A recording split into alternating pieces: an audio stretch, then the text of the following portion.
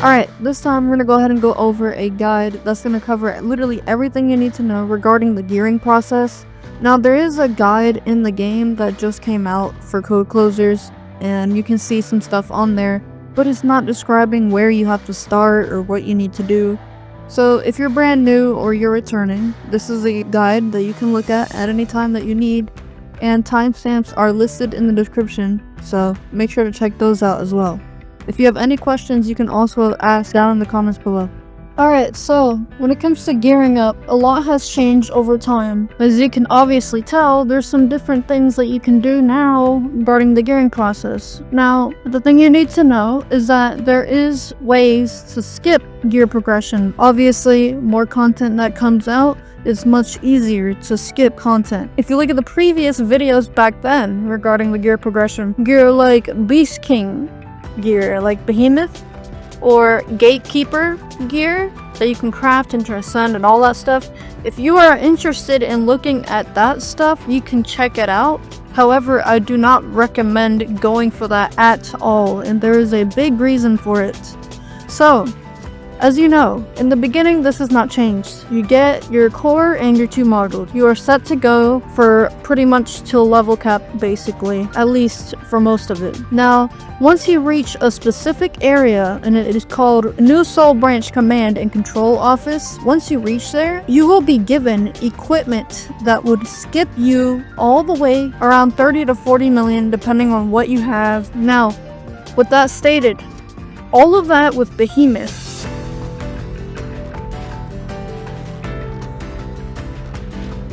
with Gatekeeper, all of that stuff that we had back then is irrelevant now, simply because of the fact that you are literally given this equipment that is plus 16, 15 equipment that just skips you all the way up to that point. You'll be given that equipment. You cannot move it over to the bank. However, you can use it on your character, and once you do, continue with the storyline. That is the main thing you want to focus on. Continue with the main quest. One of the main things that you have to focus on after you are done with your missions. Now, if you don't remember, just a really quick reminder, because this has been repeated multiple times in previous videos, if you wish to check those out, that same stuff still applies to this day regarding where quests are and all that stuff to unlock certain things. So if you want to see that, you can look at it. I will have each video listed in the description with those specific questions in mind. Now, when you go to Hunter's Night, you can go there and unlock triggers. And once you unlock triggers, that means you're going to go ahead and unlock Reverse Theater. Unlocking Reverse Theater then allows you to progress through raid quests. These raid quests will progress over time, so the more you complete, you'll go through Beelzebub first, then you'll go to Asmodeus raid, then Machine King raid, and then you'll go to Behemoth raid, and then Castle of Darkness raid, and then the newest raid, which is Dragon King. Now, remember, even though you are 40 mil, you are going to struggle through the quest line. I have met so many people now that struggle through that simply because they're just given this gear and you automatically just brute force yourself through that quest line. I recommend that you do brute force and you do ask for help. So once you unlock all of these things, you'll unlock some hubs, like for example the End, the World in Flames. That's where you'll unlock Castle of Darkness. That raid is still relevant, at least during this recording. The reason why it's still relevant is because the amplifier has yet to be replaced. It is the legendary amplifier that you can drop in Final of Fire. You can obtain invitation tickets by running Castle of Darkness weekly or purchasing the same tickets on the black market. The amplifier is obviously the most expensive in this whole gearing process for some reason, even though Dragon King is the end game. You can also choose to craft the amplifier. Now, you need a specific material. This amplifier is not better than the legendary. It is simply a current way to hold the equipment as a placeholder. Now, you can craft that in the crafting machine, and if you scroll down, you can see the End, World in Flames. You'll see Burning Locked Bolt, Burning Locked Lure, Burning Locked Gyro.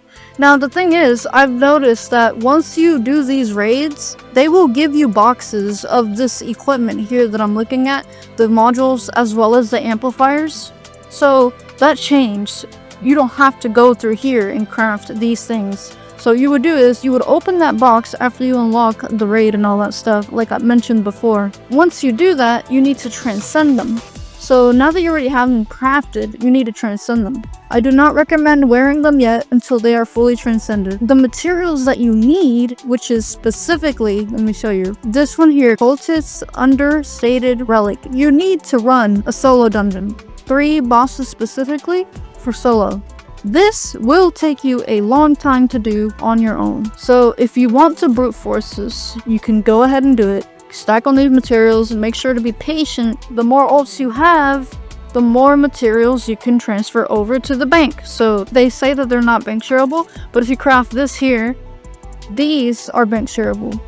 So basically, the more you get, the more you can craft. So you can always stack up and use it for your main character. I recommend that if you're far behind, go ahead and make some ults, get some of this crafted and move it over so you can get these materials as well.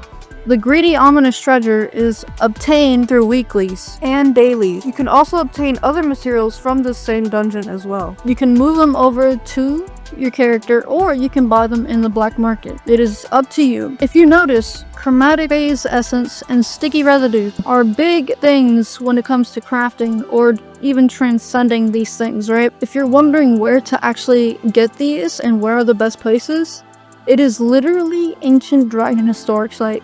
This specific place here is literally your main place to get these kinds of materials.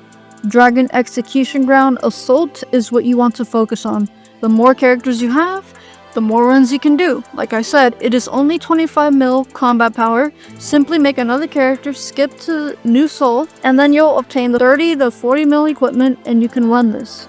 Mirage Repeated and the Tower of Sealing.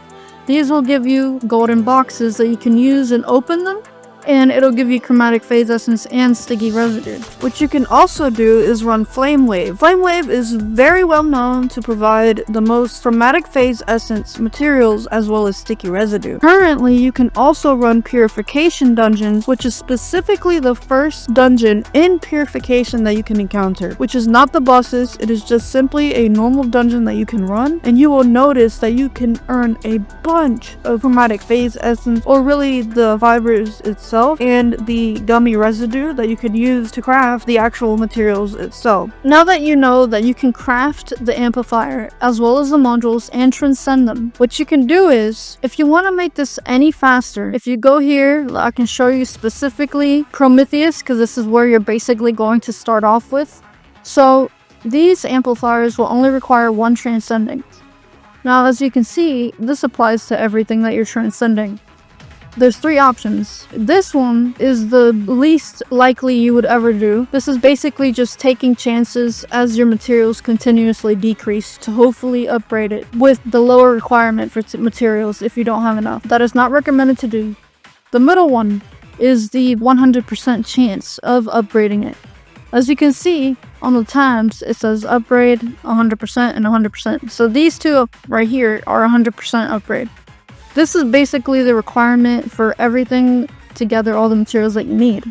Firefox and Blazing Fragments are also earned through Castle of Darkness weekly, as well as the dailies itself. You can earn these same materials, and you can also move them over to the bank. So the more characters you have, you can move them over from each daily that you do for each character. This is just like the upgrade on the first tab. However, this one's 100%, and you might be wondering how. So you see Transcendental Elixirs. These are obtained through events. They can be bought through the Bit Store. They can be earned through Black Market. They can be earned through housing as well. Basically, these are very expensive. These are very valuable. I would not recommend at all to use this in this specific equipment because this will be replaced eventually. This is to get you started, and you should be around, let's say, 50 to 60 million after you get all this done. For Castle of Darkness, you can choose to craft these cores. I wouldn't recommend doing it, but it is up to you. Please make sure to look at the stats and compare them. Let me give you an idea of what this is. This Alt Mirai that I have is currently wearing the free equipment. Would I recommend crafting this? It depends, because if you look at here, when you go to Upgrade Tree, you go to Prometheus, If you upgrade it all the way to max, it is better than what you had previously. This is Behemoth. So Behemoth is before Castle of Darkness. So this is called Transformed Envy. All of these cores have their different stats. Now, the prices on these are extremely low. They are around 100 mil to like 300 million depending on the seller, because this is easily replaceable now. And so what you could do is you can simply look for one on the black market. And as you can see here, these are really cheap. Now this core is also even not recommended because the next raid called Dragon King after this one. Now there's different cores for this one as well. This one, however, gives you enhancement stats, so every time you enhance, you get some additional stats at a certain level. Now, each core also has different stats to them. As you can see here, each of these provide different things. You have to figure out which one for your character that you need. Like, for example, Mirai, she needs the Chakram core, and the Chakram one is actually the most expensive one. It is around 700 to 800 million per core. Dragon King core, the staff one, it is literally 100 million to 150 million, so you could purchase it easily. Or you can also choose to craft it. You can craft legendary cores. The way you would do it is you would craft the core, the normal core, and then you would transcend it. You would have to transcend it to max to get it to legendary. So if you choose to do that, you can. If you wish to not go through the trouble of trying to drop a legendary core. Fallen Dragon cores are much better. So where do you get this? You can drop this in Dragon King raid. Once you unlock it, just like after you did for Castle of Darkness, as you can see here, after you run that, you'll have to run these dungeons to unlock them. You can see here that it says per character weekly. You obtain certain materials that you can use to craft certain things. There is the party dungeon, and then there is the solo dungeon. Obviously, the solo dungeon has a higher chance to drop the core, while the party has much of a less chance to drop the core. However, it is still possible to do so. So if you wish to run with someone, you can choose to do that. Now, as you can see here, Dragon's Prelude. This is a solo dungeon. Both of these, you have to run them. The reason why you have to run them is because you gotta craft this here, which is the asteroid disc. Basically, you need to craft it and transcend it. You need materials from these two dungeons to transcend them. It's a bit expensive, but I recommend to do it. It is better than what you had previously. So make sure to go for that. Now, you cannot move these materials over. You cannot move them over. There's no other way to move them over because these are brand new. So this has the same thing as the core. The more you enhance, the more stats you obtain. I was told that this takes around 25 days or so to get this fully transcended, at least for the modules. As for the disc, it doesn't take that much at all to transcend. So if you scroll down here, let me show you. Dream Theater Reverse. You go here. You can craft them using these Elite Dragon Armor Fragments. You can also craft this using Elite Dragon Armor Fragments. You do have the option to transcend them using elixirs. I was able to do this without using any elixirs, so you can do that. Basically, endgame regarding the modules are these two right here, which is Dragon King, and then the core, you can transcend it all the way to max, which is also from Dragon King, or you can drop it or purchase it from another player, and you can transcend the disc all the way to max as well. Alright, so you can see here, this is the Flame Wave. These two dungeons called One-Eyed and Mirror Hell, always make sure this is something you do every day on a daily. So this is a daily run per character. You cannot move the bugs lump over, but you can move the New Soul Disaster Analysis Reports. Castle of Darkness area, just like you did earlier with those materials, you can craft them and move them over for your main character. You can do the same thing here with New Soul Disaster Analysis Reports. To craft them, move them over to the bank. Now, how do you unlock this? You basically unlock it just by running the main story. That's pretty much how you do it. All the way up into World Peace Plaza and then Origin Wheel. You would get them through those missions, and you'll eventually unlock this. So basically, look for a party to run this if you're struggling, or you can do it by yourself. It's just going to take some time. There's also these here. Ignore the purple ones. This is not something you want to focus on. The red ones you want to focus on simply because of the one-eyed bug lump and the Clown's Bug Lump. These bug lumps will be used to transcend your trinkets. As you can see, all 6 trinkets will need to be from here, as well as your 1 module as well. So Flame Wave is literally what these are right here, these 6 here and this here, this 1 module. It does take some time to do, especially with the bug lumps, because they are not bank shareable, so you will be stuck at a certain point and you'll have to consistently grind it. What's special about these trinkets is specific ones give different stats. Depending on the character, you'll have a different set of order for these 6 trinkets. Now, please keep in mind this highly depends on the character. Basically, each trinket can provide more bonuses to specific skill sets, and this trinket here, which pretty much literally everyone has to craft, the Extreme Foxtail Idol, you have to craft this no matter what character you are because of the plus 66% increased damage to all types. That is something you do not want to take lightly. You want to craft that. That is the first thing you would go for. You can easily replace your previous triggers just by crafting it alone. You don't even have to transcend it. There's people that boosted in combat power just from crafting it and replacing their trinket that they had on earlier. If you go to World Peace Plaza, you'll see that you can trade over bug lumps if you're missing the other one or the other. So you can see here's the module. It will show you the module first, and then it will show you all of these trinkets. Do not craft the Fury necklace. Do not craft the Fury ring either. These are not necessary. And this goes for all characters. As for the other ones, it highly depends on your character. Olivia had to go for all 3 jacks because of her X skills, which do a lot of damage. As for the 3 mirrors, this is where the final promotion skills come in. If your character needs X skills, you would craft 3 out of 3 jack. And then you would also have to craft some mirror equipment pieces, which would be the idol and the ring. And if you need the final promotion skills to be enhanced, it would be reversed.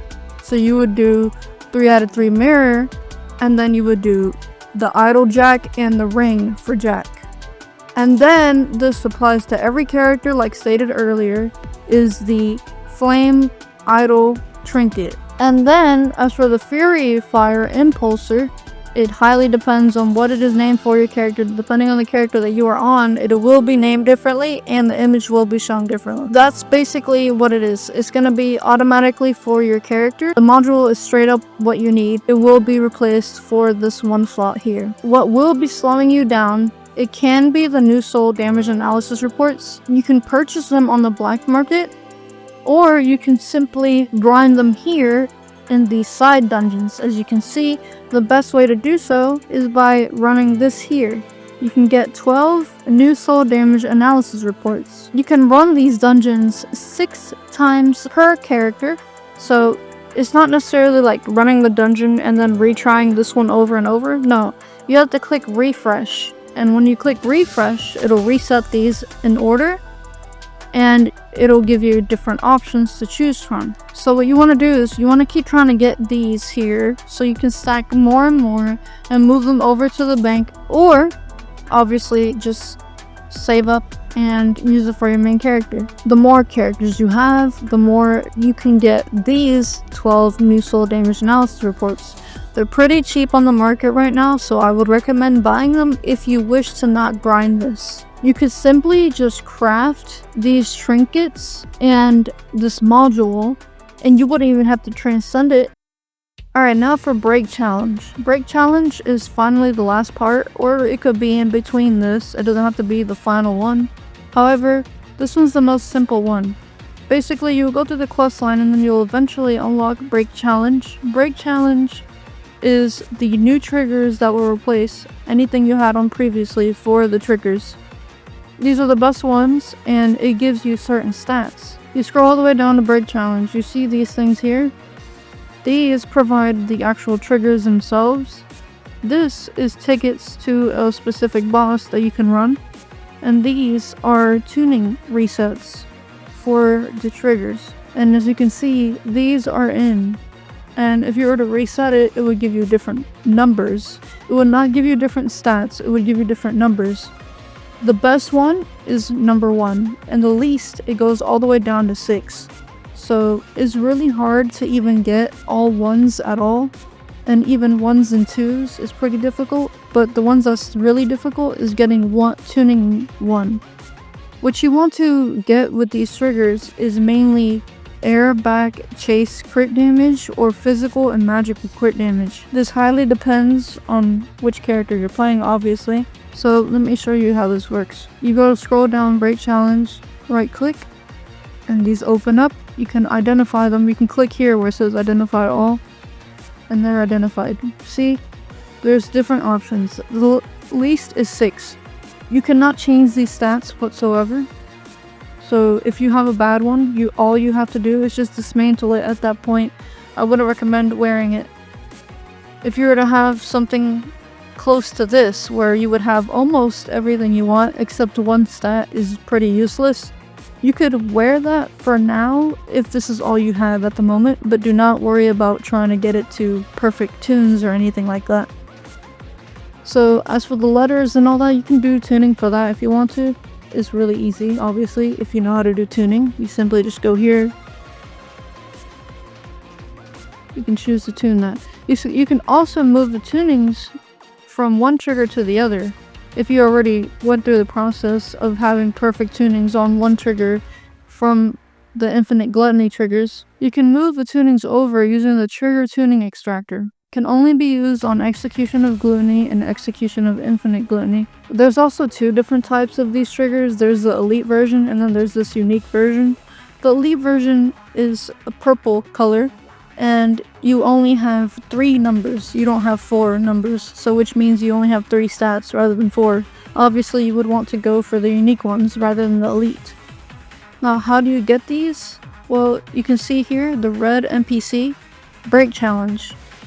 And basically you could run these 3 here, these dungeons, all 3 right here. You go through the dungeon, and then once you complete each of them, you obtain the infinite gluttony tickets. You obtain the infinite gluttony tickets and you can run this boss here. This boss is very unique. As you can see, it says my points. You go to rewards and you scroll down. You can see the main one that you would want to focus regarding the gearing is the Glutton King's trigger box, which provide unique for the triggers. As for this is a material that you can use to craft the triggers and hopefully get the ones that you want. These just give you the triggers, but they're random, so hopefully you get something you want. So in order to get a higher score, you would have to go to penalty settings. So you would either nerf certain things about your character. You can even choose to not resurrect at all. You can even choose to not use finishing moves or cancel and stuff like that. And then there's incoming damage, all that stuff, cooldown, movement speed, all of that. You can choose to weaken your character or just keep it as is. And then there's enhancing the boss. Now, obviously, the more negative stats you give to yourself and the more you enhance the boss, the higher the number will be. If I were you, I would just focus on at least trying to get to 12,000 points at most, or maybe even 15,000. These here, obviously the only really useful one is 21,000 because you get tier 4 chips and you need that, as well as the S's guaranteed plug. But as for this, you can get the pet as well if you want to. That's really useful. If you're struggling, the best you can do is probably go to 12,000 if you are struggling, because the boss can get annoying. However, this boss has been nerfed, so it's much easier than what it was.